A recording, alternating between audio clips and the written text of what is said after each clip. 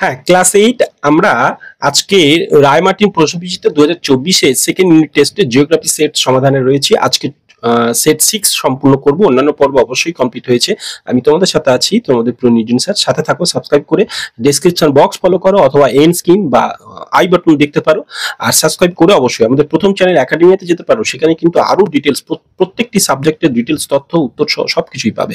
চলো আমরা একটু সময় নষ্ট না করে সেট 6 এ চলে যাই, উত্তর সহ। আবার দেখো এখানে পৃথিবীর উপর, আচ্ছা, Egra SM girls high school HS, পৃথিবী পৃষ্ঠের উপর মোট বায়ুচাপ বলা হচ্ছে 7টি, তোমরা জানো। আর পৃথিবীর উচ্চতম জলপ্রপাত হলো অ্যাঞ্জেল। আর্জেন্টিনার রাজধানী হচ্ছে দেখো বুয়েন্স এয়ার্স। আর এবার তাকাও দুয়ের ড্যাশ নদীর উত্তরে গায়ানা উচ্চভূমি, এটা আমাজন, যেটা জানো। আর দুই একটি অধক্ষেপের নয়, শিশির একটি অধক্ষেপের নয়, এটা তোমরা দেবে। আর উত্তর আমেরিকা দক্ষিণ আমেরিকার মাঝে যে সংকীর্ণ ভূখণ্ড পানামা যোজক। এবং 3 সেখানে ছক পূরণ দেওয়া আছে। সুপীয় জলের হ্রদ D, সুপিরিয়ার মানে মিষ্টি জলের হ্রদ। আর মৃত্যু উপত্যকা A, অধিক লবণ থাকে এখানে। গ্র্যান্ড ক্যানিয়ন B, কলোরাডো নদীতে আছে। পৃথিবীর বৃহত্তম লৌহ ইস্পাত শিল্প কেন্দ্র, যেমন তোমরা এখানে C হ্রদ অঞ্চলে সেখানে থাকে। তো দেখো 4 এর দাগে কোন মেঘকে বজ্রমেঘ বলা হয়? কিউমুলোনিম্বাস। পঞ্চরহ্রদ, এটা 83 পাতা। আমরা এবার একটু পেজগুলো তোমাদের একটু আমি দেখিয়ে দেবো।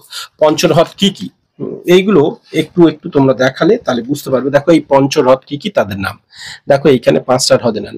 প্রথমত বলছে সুপিরিয়ার, মিশিগান, হুরন, ইরি, অন্টারিও। এই যে 5টা হ্রদ, এইদের 5টা হ্রদ একসঙ্গে পঞ্চহ্রদ বলা হয়। এবং তারপর দেখো 5 এর দাগের বৃষ্টিচ্ছায় অঞ্চল কাকে বলে? চিত্রসহ এটা উদাহরণ দিতে বলেছে। আমরা যাব 47 পাতায়। বৃষ্টিচ্ছায় অঞ্চল, এই যে বৃষ্টিচ্ছায় অঞ্চল, এই যে কাকে বলে? এই যে এখান থেকে এটা দেবে। আর চিত্র মানে এই শৈলতক বৃষ্টিপাতের চিত্র, যেটা সামনে পিছনে সেটা, অর্থাৎ।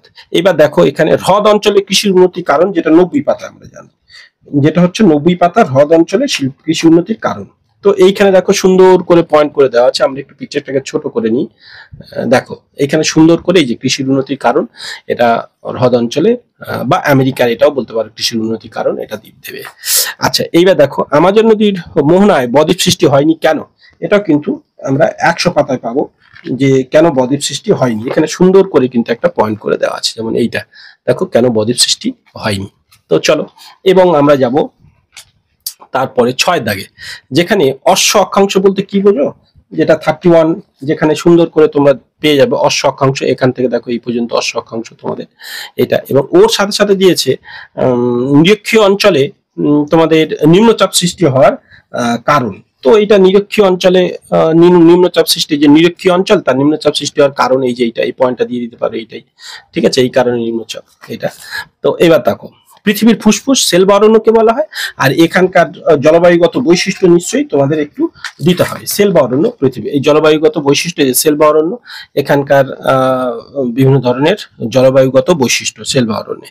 এই যে জলবায়ুগত পার্থক্য প্রথম থেকে কিছুটা তোমাদের দিতে হবে। নিবিড় কিরকম আছে, বৃষ্টির ছায় অঞ্চল, সেই অঞ্চলটুকু একটু দিতে হবে। আচ্ছা, এইবার গেল। তো এটা আমরা মোটামুটি সেট 6 তোমরা কমপ্লিট করলাম। এবার 7 দেখো উত্তর কমপ্লিট আছে, সাথে থাকো অবশ্যই। সেগুলোর উত্তর নিয়ে আসছি আগামী পর্বে।